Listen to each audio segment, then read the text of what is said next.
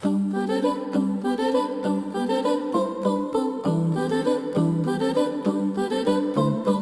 to our podcast, Ein Ya'akov Masechet Berachot, Unlocking the Mysteries of the Agadah, where we explore the hidden spiritual wisdom of our sages. Hi, I'm Rabbi David Wolf, and together we'll discover the extraordinary truths waiting just beneath the surface of our sacred texts. So welcome everybody. Good evening.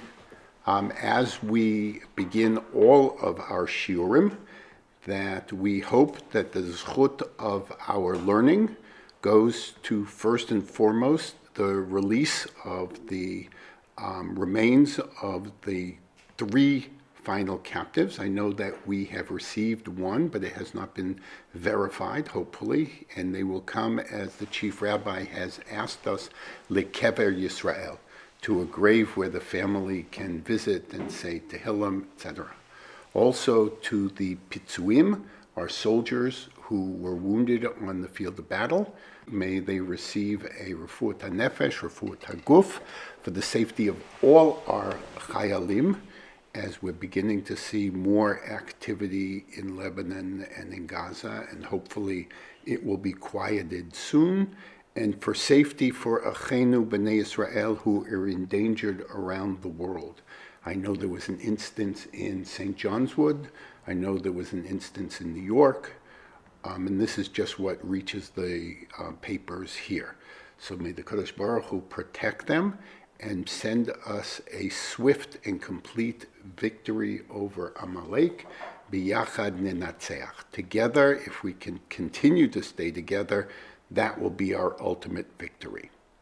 All right, so we are finishing up a discussion that we started last time about the night and the division of the night into three separate sections, which we called watches. And we went over what that means spiritually and metaphysically to us. And just as a reminder, if you look at source 1, that Rabbi Eliezer taught us that in Shamayim, the night is divided into three parts, and each part, or Mishmar, as they use the word, the Kadosh Baruch Hu roars like a lion. And last time, we gave several reasons for that. And we had said that the first part, he roars in pain over the destruction, and the second, he roars over anger, over our enemies, and perhaps the third roar is for our Yeshua and for our ultimate Geula. That was one of the suggestions we made.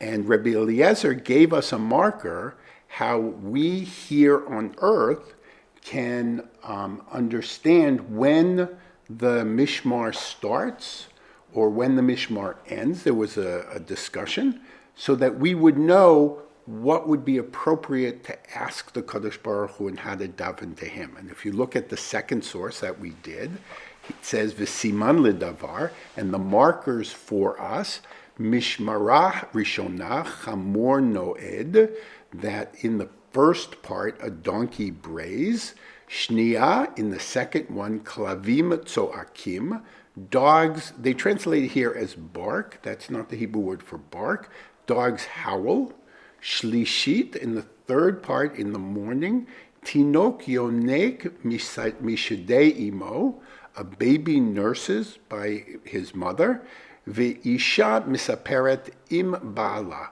and the woman has her conversation in the morning with her husband.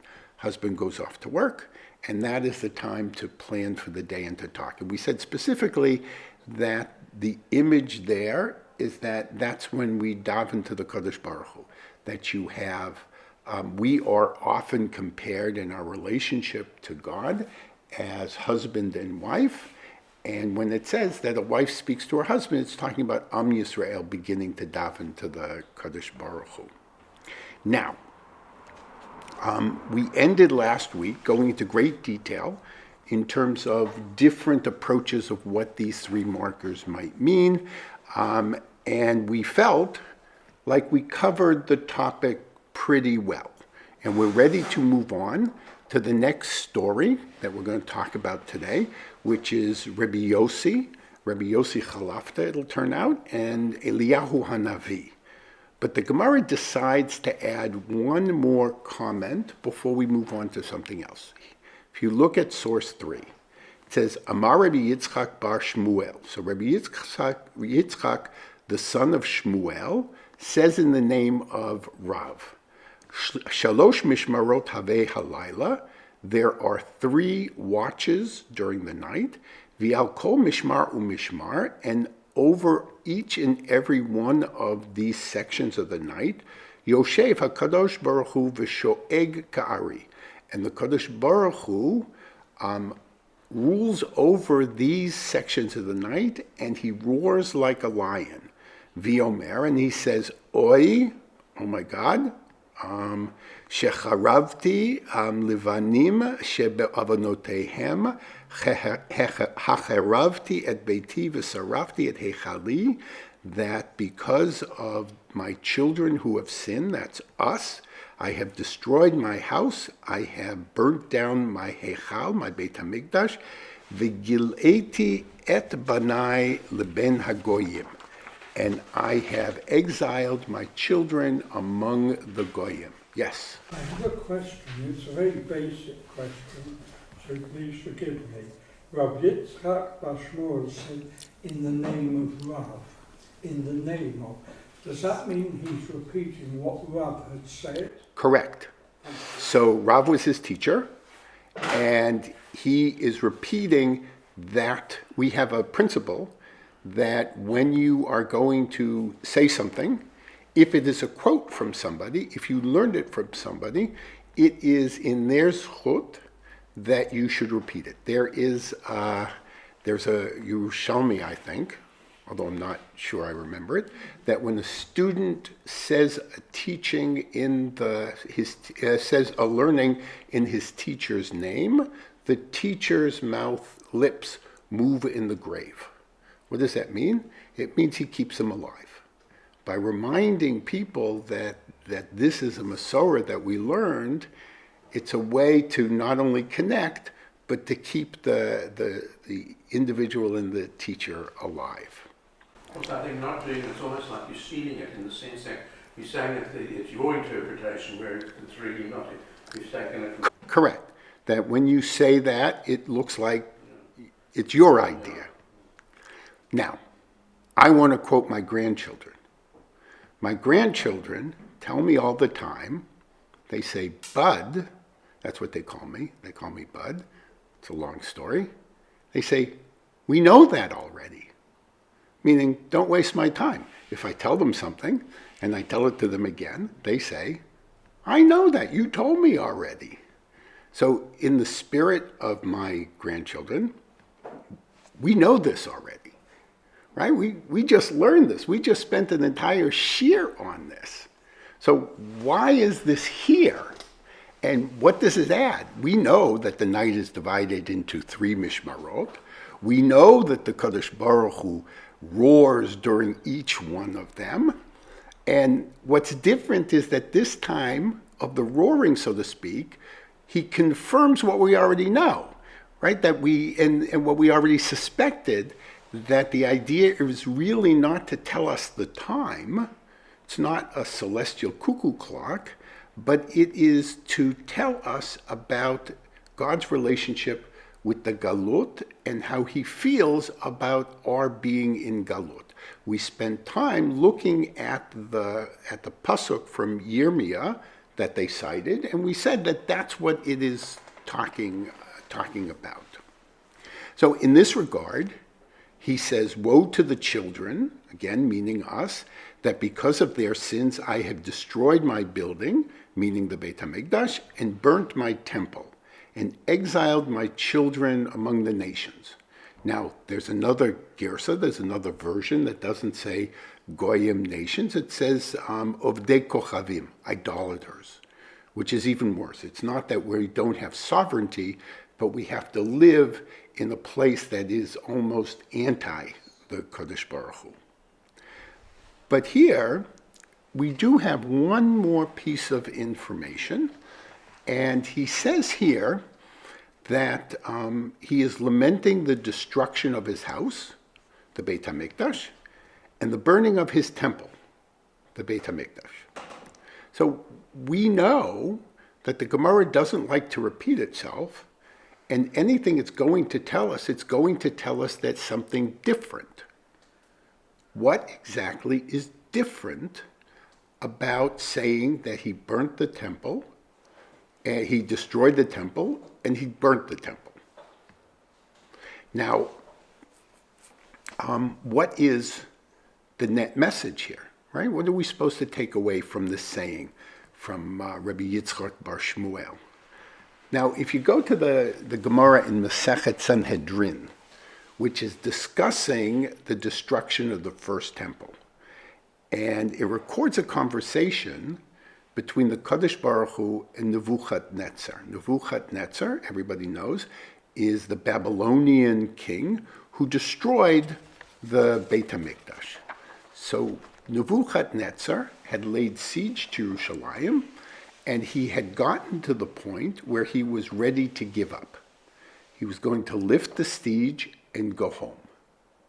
The Gemara tells us, if you look on source 4, he was ready to go home. And he said, I'm afraid, I want to assure that they will not do to me as they did to Sanhedrin, whose downfall was in Jerusalem.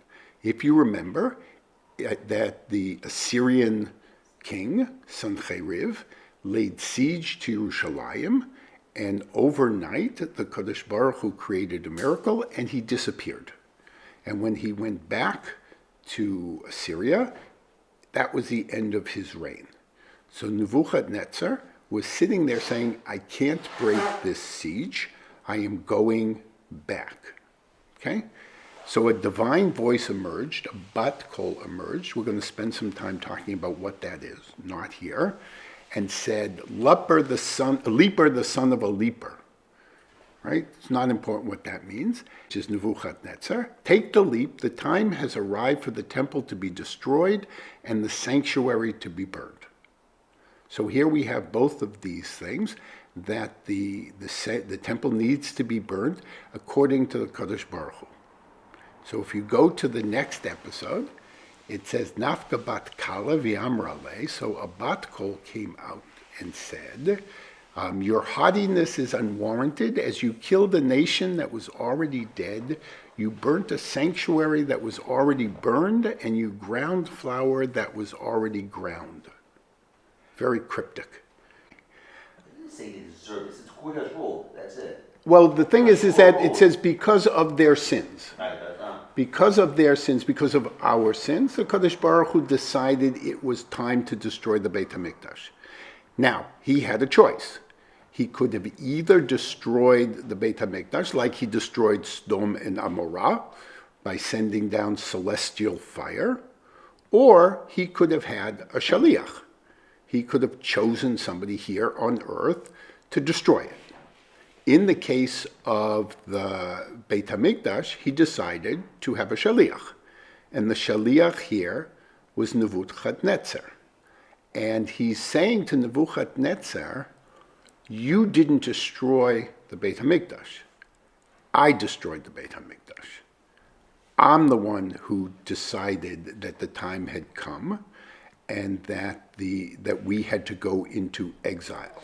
So I don't want you to think that you can take credit for it, because I did it, I didn't want to do it, and I don't want you to take pride or credit in it. Right? So that's what this story is in Sanhedrin. When we get to Sanhedrin, we'll spend more time in terms of unpacking this story. So what he is saying is that the burning of the building is the physical destruction of an already destroyed site. When you have a building that's condemned and then they knock it down, by the time the builders show up to knock it down, that building, for all practical purposes, is still standing but is going to be leveled to the ground. And the Kadosh Baruch Hu did, or more correctly, we did it to ourselves. And that's the first lion's roar that we had talked about. Burning the building and taking credit for it, the nations of the world need to be punished. So we said the first mishmar, the first roar, was a lament over us. The second roar was in anger over our enemies. So in the year, just to skip from the first temple to the second temple, in the year 70, after the destruction of the second Beit HaMikdash, the Emperor Vespasian and his son Titus, they issued commemorative coins with the slogan Judea Capta, that they celebrated that Judea was conquered, and they also issued their victory over the Jewish revolt at the time of Bar Kokhba, and this is the second Mishmar. This is the second Mishmar where the Kadosh Baruch Hu roars in anger. There is an idea that this phrase "Oy lahem" is not aimed at us, but it is aimed at them. Not woe to us that we had to have the Beit HaMikdash destroyed, but oy to them who take credit because their punishment is coming. So now we come full circle. The difference between destroying my temple, my house, and burning my heichal goes back to something that we had said early on, that Rabbi Eliezer, if you recall, said that just like there are Mishmarot in the Shamayim, there is here. And we talked about that there is a parallel world in Shamayim like there is here. So one idea is the difference between Beiti and Heichali is the Kadosh Baruch Hu not only destroyed his house here, but he destroyed his house in Shamayim as well.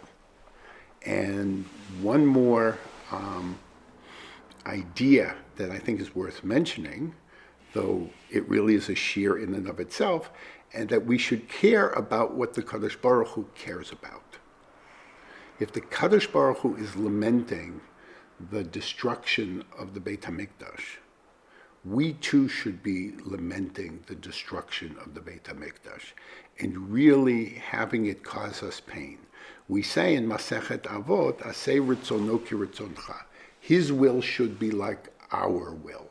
Kidei sheyaseh ritzoncha ki ritzono. So that we both want the same thing. And in this context, for the Ribono Shel HaOlam, this is the most painful epic, and he has cut the direct lines of communication with his people, and he has destroyed the only way that we can communicate with him.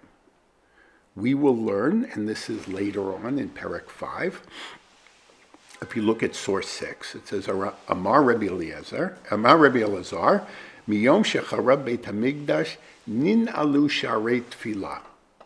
That from the time that the Beit HaMikdash was destroyed, the gates of prayer, meaning our ability to daven to the Kadosh Baruch Hu, have been locked. V'af al pi she'sharei tefillah nin alu, and even though the gates of prayer, our ability to pray to the Kadosh Baruch Hu, have been closed and locked, sha'arei dim'a lo nin alu. The gates of tears have not been locked, which means that if we want the Kadosh Baruch Hu to hear our tefillot, they have to be in a way that it is almost pleading in our tears. Make it so that he can hear us. And we need to think about the destruction of the Beit HaMikdash as having the lines of communication closed. Chazal tell us that it used to be called the Tabor HaOlam, the umbilical cord of the world. That's how our tefillot came up to him, and that's how his nourishment to the world came down to the world. And it is a terrible, terrible, terrible loss that we don't even feel today, that we don't even understand what we're missing today. And so there's an idea that as we think about the Kadosh Baruch Hu roaring and lamenting, we should join him in that lament. Why do we daven? We beseech. When Shlomo HaMelech talks about the Beit HaMikdash, he calls it Beit Tefillah. We daven towards the Beit HaMikdash because that's where our tefillot go up to heaven. So it doesn't mean that our prayers are ineffective. It means that they are not as easy and we are not readily connected. We need to focus on our kavanah and how we say and what we say. Let's go on to the next story, because this is a very strange story. I mentioned in the beginning that one of the advantages of learning Ein Ya'akov, of a sefer like Chovot HaLevavot that we did, is that the stories change from week to week. And if you miss a week, you're not lost, right? You can pick it up and say, oh, okay, we're now in a different sugya. So this next sugya tells us a story that on the surface is a little bit hard to understand. And if we're honest with ourselves, the first time most of us read this story, we think, that's it. Eliyahu HaNavi crosses the barrier between worlds to teach Rabbi Yosi 3 halachot about where not to daven and to say a shorter Shmona Esrei. It feels underwhelming, and I'm going to feel that your eyes are going to roll up into the top of your head and say, really? So here is an incident about Rabbi Yosi, who was traveling on the road, and when it got time to daven, rather than daven by the side of the road, right, if you go on the road here, you will see mincha time, cars pulled over to the side of the road, people davening. He didn't want to daven by the side of the road, and he went into a building that was destroyed, right, a ruin. As he was davening, Eliyahu HaNavi appeared in the doorway and waited for him to finish. So this is what the Ein Ya'akov tells us happened. Okay, so source 7, Tanya. It was taught in a Braita, Amar Rabbi Yosi. So Rabbi Yosi was telling this story. Pa'am echad hayiti mahalech b'derech. One time I was walking on the road. V'nichnasti lechorvah echad mecharavot Yerushalayim litpalel. And I went in to one of the destroyed buildings as a result of the Roman war to daven. Ba Eliyahu zechor latov, Eliyahu showed up, v'shamar li al petach, and he waited for me in the door, meaning he didn't come into the ruin. V'himtin li, and he waited for me, ad shesiyamti tfilati, and he waited until I finished davening. Lechar shesiyamti tfilati, once I finished davening, Amar li, he says, Shalom alecha Rabbi. Listen, Eliyahu HaNavi says, welcome, hello, my teacher. V'amarti lo, and I returned the greeting, Shalom alecha Rebbe Yomori, which is a higher level. So welcome, my teacher and my master. Amar li, he says to me, Mipnei nichnasta lechorvah zu. Why did you come into this particular ruined, destroyed building? Amarti lo, I said, litpalel, to daven. Amar li, mipnei ma lo hitpalalta, haya lecha litpalel b'derech. How come you came in here to daven? You should have davened by the side of the road.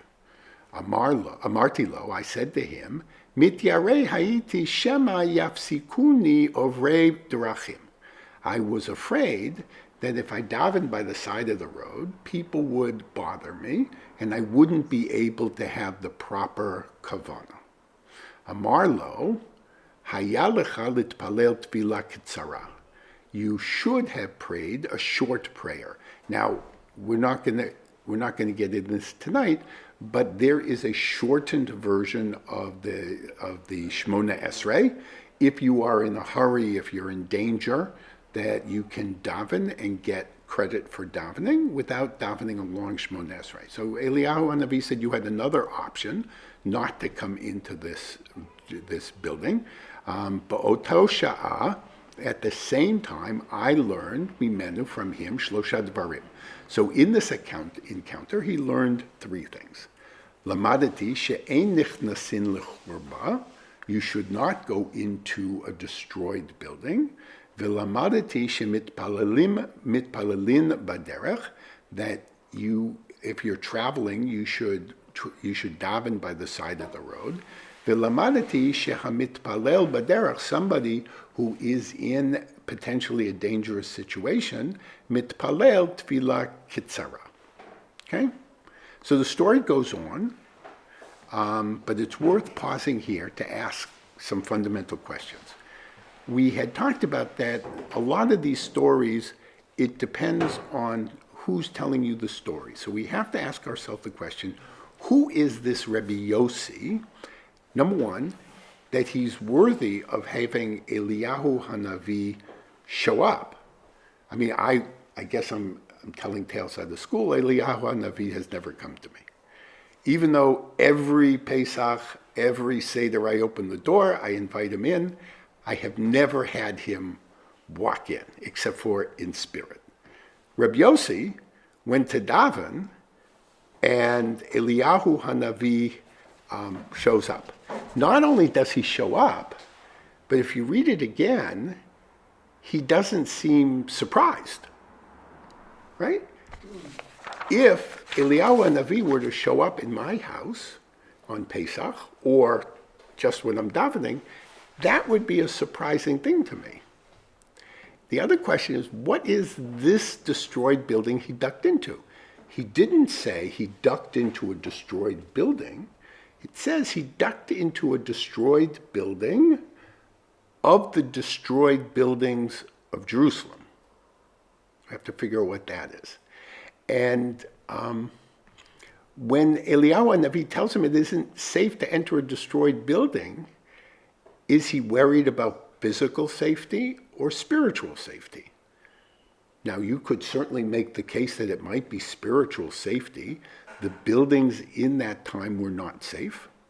If you remember, the Kohen Gadol had a special prayer for those who lived in the Sharon area. That's us. Why? Because it was prone to earthquakes, and if you had earthquakes, you had buildings collapsing. So he might have said it's just not safe to be in a destroyed building, which is probably true. So let's start at the beginning. Who was Rabbi Yosi? So the Dorot HaRishonim, which is a sefer that is noted in the Ein Ya'akov, they say that there are, throughout the Gemara, as many as 72 Chachamim who are named Rabbi Yosi. And in reality, there are probably only between 35 or 40, because some of them that they count as distinct are really the same. But this one is definitely Rabbi Yosi ben Chalafta. Okay, so who is Rabbi Yosi ben Chalafta? So he was a Tana. A Tana is a sage, is a rabbi in the time of the Mishnah. In the time of the Gemara, we called them a Namora. And he lived here in Eretz Yisrael, as is obvious from the story. And he is the fifth most quoted Tana in the Mishnah.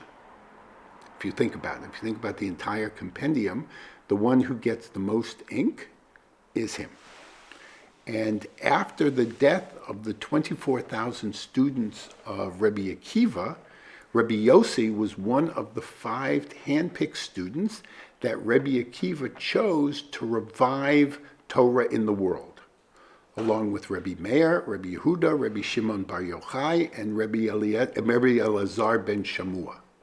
So he really helped establish the Jewish world that we know. After the Hadrianic persecutions and the Bar Kokhba revolt, the Torah world was almost completely destroyed. The Jewish world was in complete shambles. So, although I don't tend to like to do this, but it's useful here, think about the post-Holocaust world with the destructions of all the great yeshivot in Europe. And in the time of Rabbi Akiva, there were no books. Everything was only by heart by Rebbeim. And 24,000 minor yeshivot, each rabbi was a yeshiva in and of itself, had been killed. Building back this world fell on 5 of these individuals, one of which was Rabbi Yosi Chalafta. Now, they were all exceptional individuals, but Rabbi Yosi was above and beyond. To give you an idea of his character, Rabbi Meir, who, as I noted, was one of the 5, is quoted as saying about him that he was a great man, a holy man, and a modest man. And about himself, Rabbi Yosi is quoted as saying, if you look at sources, Amar Rabbi Yosi, Miyamai lo avarti al divrei chaverai, I never revealed a secret that somebody had told me.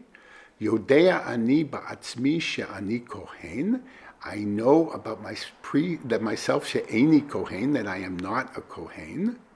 And nevertheless, if my friends say to me, go up to the duchen to give the bracha, he does, meaning that he doesn't fight with his friends, he doesn't contradict them, right? He wants to get along with everybody.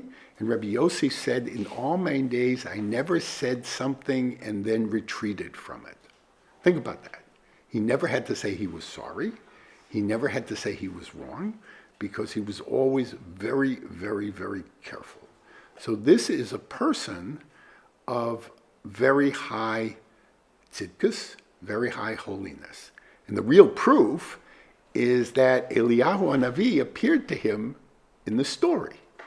And now you know why it appeared to him and not to me. And if you read the story, like we said, he didn't seem particularly surprised. And that's why in the Gemara in Sanhedrin also, if you look at source 9, apparently he and Eliyahu HaNavi had a relationship. It says, Darish Rabbi Yosi b'Tzipori. So Rabbi Yosi said, of Tzipori said, he lived in Tzipori, that was where the Sanhedrin was. It says, Abba Eliyahu kabdan haya. So he said that Eliyahu was a difficult character, and he hurt Eliyahu HaNavi's pride. Ragil lemete gabe. Eliyahu was a regular visitor with Rabbi Yosi, but when he heard that he had been insulted, he stopped coming. He stopped coming for 3 days, and when he came again, Rabbi Yosi said, where have you been? How come you even come here? And he said, you made fun of me. You said I was difficult. And Rabbi Yosi said to Eliyahu HaNavi that this is before us, illustrates the point that my master was being difficult by not coming these days. So he held his ground, meaning that you said that I was difficult. How come you said I was difficult? He says, well, you just proved you were difficult because you stopped coming because you got insulted. He said, that's exactly my point. The point I wanted from here, again, when we get to Sanhedrin, we'll figure out what that story is about, is that Eliyahu HaNavi visited him every day, right? And they each had a tremendous amount of respect for each other. And Eliyahu HaNavi, you can know that because he stood outside and he waited for Rabbi Yosi to finish davening before he started asking him questions. So the other question is, what are these ruins of Yerushalayim? And like we said, but you have to keep in mind, after the Bar Kokhba revolt, the Roman Emperor Hadrian brutally suppressed the revolt, resulting in unprecedented devastation across Judea. Historical sources, right, that I checked, described widespread destruction of the Jewish settlements and towns and agricultural lands. An estimated 600,000 Jews were killed during the war and its aftermath. So Rome wanted to, quote, teach us a lesson, and there were ruins and ruined buildings everywhere. At this point in our history, Jerusalem was forbidden for Jews to enter. It had been renamed as Aliyah Capitolina. The Temple Mount had been plowed over. A temple to Jupiter was built in its place, much like we have the Dome of the Rock, right where the Beit HaMikdash was. The entire city was either razed or repurposed for Roman colonists. Any standing ruin that still had 4 walls and part of a roof was rare, right? Just think of London during the Blitz, just bombed out building after building after building. In Masechet Moed Katan, which we learned a number of years ago, it tells us that if you see the ruins of Yehuda, you need to tear Kriya.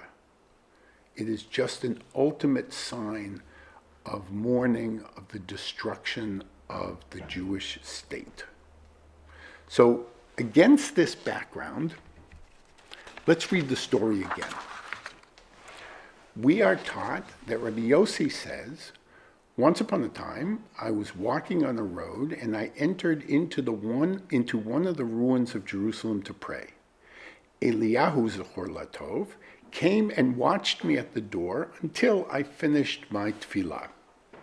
After I had finished, he said to me, Shalom, my teacher, to which I answered, Shalom, my teacher and master. My son, he said, why did you enter this ruin? To pray. I replied. You could have prayed on the road, he said. I was afraid lest I be interrupted by travelers. You should then have prayed a short prayer. From this conversation, I concluded 3 things. First, it is not safe to enter a ruin. Second, one is permitted to pray on the road. And third, a man on the road, having no place to pray, has the privilege, or should say a short prayer. I would surmise, perhaps incorrectly, this wasn't just an old ruin. There was something special about it. Okay, good. And I think it could well be an outplace of the Beit HaMikdash. It could have been certainly not the Kodesh Kodashim, because people would know where that is. But somehow it's a special Jerusalem's ruin. I will agree, and we will see, and I think you have to couple what you said with what Jeff said, right? That this is not a story where Eliyahu HaNavi appears to say, don't go into a dangerous building, right? Daven by the side of the road. And if you feel in danger, daven a short prayer. You don't need Eliyahu HaNavi to tell you that. So there is obviously something else going on. So the question is, what is it that's going on? Because surely there's an easier way to teach these 3 halachot than what we have just done with this story. Because there is a sugya in Masechet Shabbat which talks about that you can't put yourself purposefully in danger. Right? So if you want to say don't go into danger place, this story should be there. But this story isn't there. This story is here. There is the sugya about whether you should go bungee jumping or not. What is so special about a ruin that I need a special halacha? The other question is, why is Eliyahu HaNavi teaching this halacha? I know we said that Rabbi Yosi and Eliyahu had a relationship, but his role in the Gemara is not to teach new halachot, but to verify him. So we have an expression in the Gemara when the rabbis can't come to an agreement in terms of what the halacha should be. Teku. Teku in Aramaic means let it stand, which means let it stand unresolved. But Chazal say that teku are initials. They're Rashi Tevot for Tishbi Yitaretz Kushiot Ubayot. Tishbi, Eliyahu, when he brings Mashiach, will answer all our questions and tell us which of these halachas and which way we should learn them. If that's the case, why is his role here of teaching halachas and not resolving disputes? We also say in Tefillat HaDerech that we ask for divine protection, and we ask for angels to protect our way. But we don't say Eliyahu HaNavi. We say, Ki melachav yitzaveh lecha lishmarcha b'chol drachecha. For his angels he will command for you to guard you in your way. Hashem yishmor tzedchecha v'echa me'atav yad olam. God will protect your leaving and your coming forever. V'Yaakov halach ledarko. He quotes, so Yaakov walked on his way, vayifga'u bo malachei Elohim, and God, the angels of the Kadosh Baruch Hu encountered him. Vayomer Ya'akov kasher ra'am, and Yaakov said as soon as he saw them, and ra'am, which is Resh Aleph Mem, stands for Rifael, Oriel, and Michael.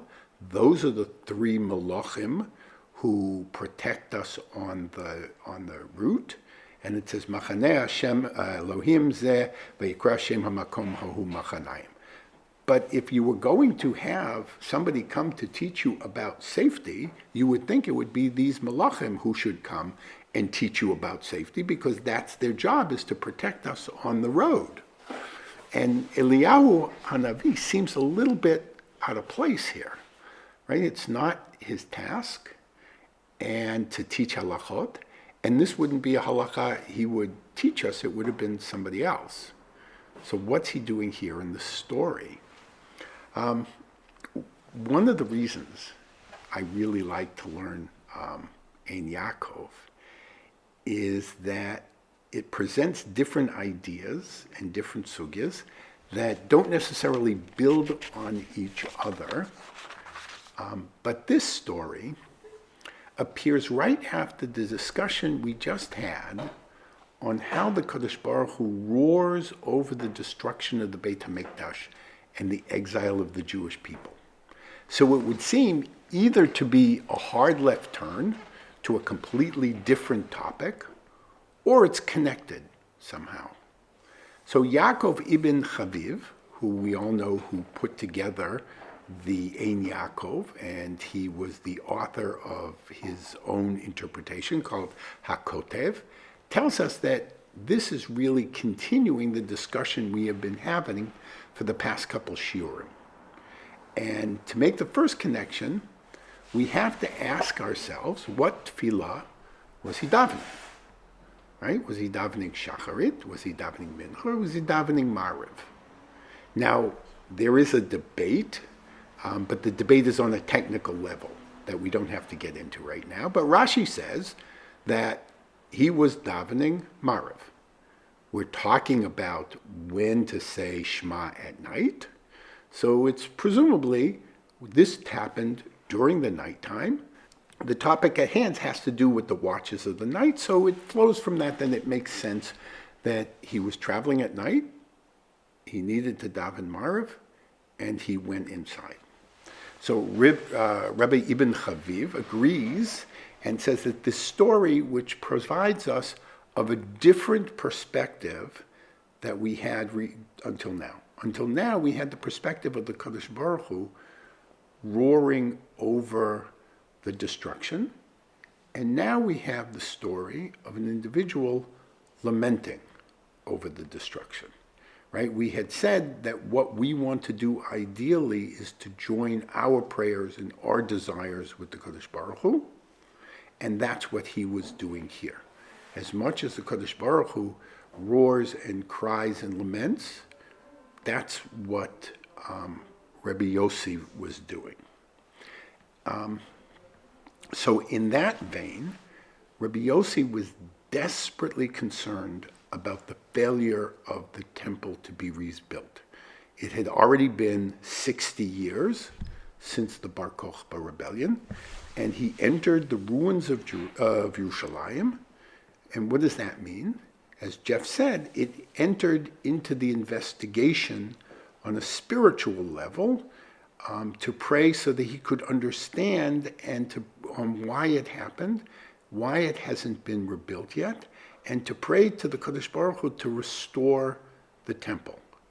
In short, when will Mashiach come, and when will the temple be restored? Who is better to answer that question than the harbinger of the Mashiach, Eliyahu? So Eliyahu appears to him, and he would be the one to show up, and he said, "My son, for what reason did you enter this ruin?" In other words, why have you begun to delve spiritually into this matter with such intensity? The first question he asks, are you questioning the justice of the Kadosh Baruch Hu? Is that why it is so clear to you and you're wailing and davening so loudly? Because when it says you went into the ruin of Jerusalem, you're talking about you're going either into a place that you should not enter. This is not a discussion that you should be having. Rabbi Yosi said, no, I came to pray for the temple to be quickly rebuilt. I'm not questioning God's justice. I am praying for his mercy. So Eliyahu said, you should then have prayed along the road, meaning that don't go into the chorvah. It is not time for the temple to be restored yet, and the exiles are not coming home either. Remember what he said, what the Bat Kol said to Nebuchadnezzar. The time had come to destroy the temple, so there was a time for that, and there's a time for it to be rebuilt. And that time hasn't come. And he says, you should have davened on the road, right? So your main focus should be on the road, should be on the exile, should be on the preservation of the Jewish people in exile. And Rabbi Yosi said he was worried that the people passing by would interrupt him. So what does that mean? He feared that the nations of the world, who constantly make things hard for us, might get in the way of his tefillot and might stop him from davening and might interfere in what he needs to tell and ask and beseech the Kadosh Baruch Hu. Eliyahu HaNavi said, okay, I understand, but your prayer for that needs to be short and to the point and shouldn't intercede with your day-to-day life of restoring Torah in this world. There was a big discussion at the end of Baba Kama, at the end of the first chapter in Baba Kama, about what to do with after the destruction of the temple. And people said that we should stop drinking wine and we should stop eating meat. And they said, okay, if that's the case, then stop drinking water, because you also had the Nusach HaMayim. We have to continue, we have to live, we have to wait for the Kadosh Baruch Hu to restore the state, and don't go into this despair. And that was the message that Eliyahu HaNavi was giving to Rabbi Yosi, which is certainly a message for us. Because the truth is, most of the Jewish world has given up. Most of the Jewish world no longer prays for the restoration of the temple. Most of the Jewish world doesn't even know it's not there and doesn't care. We cannot relate to worshiping the Kadosh Baruch Hu with a pigeon or with a cow, right? I mean, we have no idea what that means. None. And to sit there and to say, well, this is what you should want to do, we're just blank. When Mashiach comes, and all the things happen that are supposed to happen, and the Beit HaMikdash is rebuilt, and the Kadosh Baruch Hu says, I want you to do this, we're going to say, nah, I don't think so. I don't know why sacrifices work. But all I have now is the instructions I've been given that I'm supposed to keep until I get new instructions. Right? And there is something about bringing animal sacrifices that the Kadosh Baruch Hu wants. How do I know that? He told me so. He wrote it down in the book. He said, this is what I want you to do. Do I understand it? No. Can I relate to it and say, oh, yes, and make a case for it as opposed to davening? No. But until or unless things change, this is what he said he wanted. And you look at the world and the Jewish world when we don't have it, and you say, well, this isn't a great way to continue. So I am willing to put in abeyance in terms of the building of the Beit HaMikdash. I hope it comes, because for want of a better way to put it, it is the way we connect to the Kadosh Baruch Hu. It is, as Shlomo HaMelech said, Beit Tefillati. It's the house of prayer. It's what makes the world make sense and make the Kadosh Baruch Hu enter into the world. Hopefully, at that point, I'll understand it, and I'll be able to relate to it. But I'm not arguing with. Do you know? You hear what I'm saying? I'm wondering the following: the theory I have. When the Bnei Israel entered the land that they've been promised, Joshua, etc., and we read in Yehoshua, in Shoftim, even in Kings, there were many nations that had human sacrifices. Now it could well be that Hashem, knowing the bloodlust of us people, turned it away from that towards animal sacrifices. It's a theory. Yeah, they didn't check with me why. No? So I don't know. I don't know the theory behind it. We've become so accustomed to the substitutes. Instead of the sacrifice of now the davening. So the fact of the matter is that that's now become our comfort zone. That's what we can relate to, etc., etc. Yeah. And we're much more comfortable with that than to suddenly start thinking sacrifice. Because that's what we know. Yeah. And even that we're not comfortable with. Also, Right? Your comment early on was it means that we should spend more time in our davening and focus. More intense. And more intense. In other words, before, I think if you just daven and then go out now, it takes much more sincerity and intensity on you for it to happen. So And it doesn't always happen. yeah, but in that instance, right, taking exactly what you said, think of the davening that Rabbi Yosi did in that chorvah, in that destroyed building, and think about what Mincha was like, right, in terms of intensity. So even over time, our intensity has lessened to the point where we really need to, if we're going to be in this prayer, in this tefillah loop, that we need to go back to at least this level, as you said, of intensity. I think most of us, and I'm talking for myself now, I can't talk for other people, but when you daven, most of it's just davening by rote. But it's happened maybe a few times in your life when you've actually gone to a spiritual level. And it's Yes, been like an actual spiritual experience. true. And as I say, it takes effort from you, but it also takes circumstances and it's a whole lot of factors to make it happen. Yeah. And you can recognize the difference. And you remember those moments. Oh, yeah. And you remember, that is correct. Yes. That is absolutely correct.